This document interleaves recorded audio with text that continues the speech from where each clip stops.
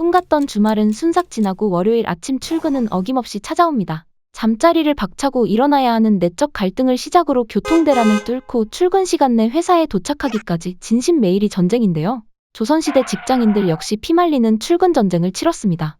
좋지 못한 교통편에 심지어 지금보다 더 일찍 출근해야 했습니다. 오늘은 현재와 닮은 듯 하지만 더 엄격했던 조선시대 공무원의 피말리던 출퇴근에 대한 호기심입니다.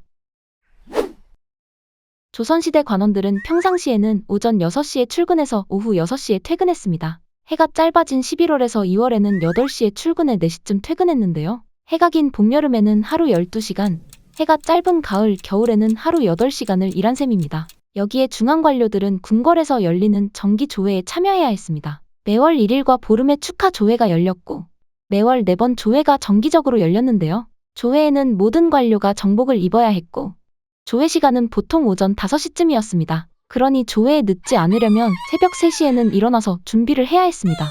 관원들은 말이나 당나귀를 타고 출근했는데 말 한 마리 값은 노비 한 명의 몸값보다 비쌌습니다. 출근길에는 구사라는 관청 노비와 집안 노비 한 명에서 2명을 데리고 출근했는데 구사는 고위 관원이 출퇴근할 때 큰 소리로 길을 비키라고 외치는 역할을 했습니다. 3품 이상의 관원은 나면을 탔는데 이는 고위 관료가 타던 가마입니다. 사방이 트여 있어 내리기 쉬웠기 때문에 눈과 비가 올 때 외에는 자주 사용했습니다. 종 2품 이상의 고위 관료는 초원이라는 가마를 탔습니다. 긴 끌채 아래로 외바퀴가 달려있으며 보통 6명에서 9명이 어깨에 메고 이동했는데요. 초원은 좌석이 높아 주위를 압도함으로 고위 관료의 위세를 상징하기도 했습니다.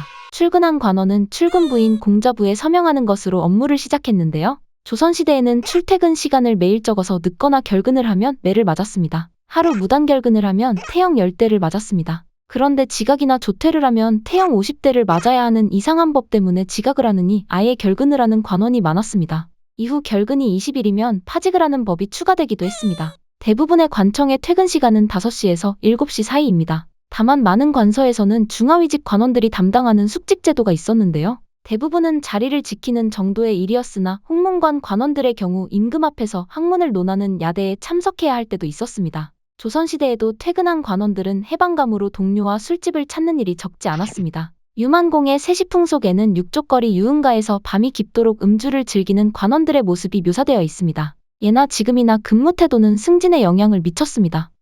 관료들의 근무 성적을 매기는 것을 포펌 고과라고 합니다. 부하 직원의 근무 태도를 가장 잘 아는 직속 상관에게 평가하도록 했는데요. 공자부에 기록된 출근 일수는 인사평가의 절대적인 기준이 되었습니다. 총 10번 고과에 10번 모두 상이면 1계급 승진이지만 2번 중이면 좌천을, 3번 중이면 파직하도록 했습니다. 포펌 성적은 매년 6월과 12월에 실시하는 인사발령에 반영되었습니다. 지금까지 조선시대 공무원의 피말리는 출퇴근에 대한 호기심이었습니다.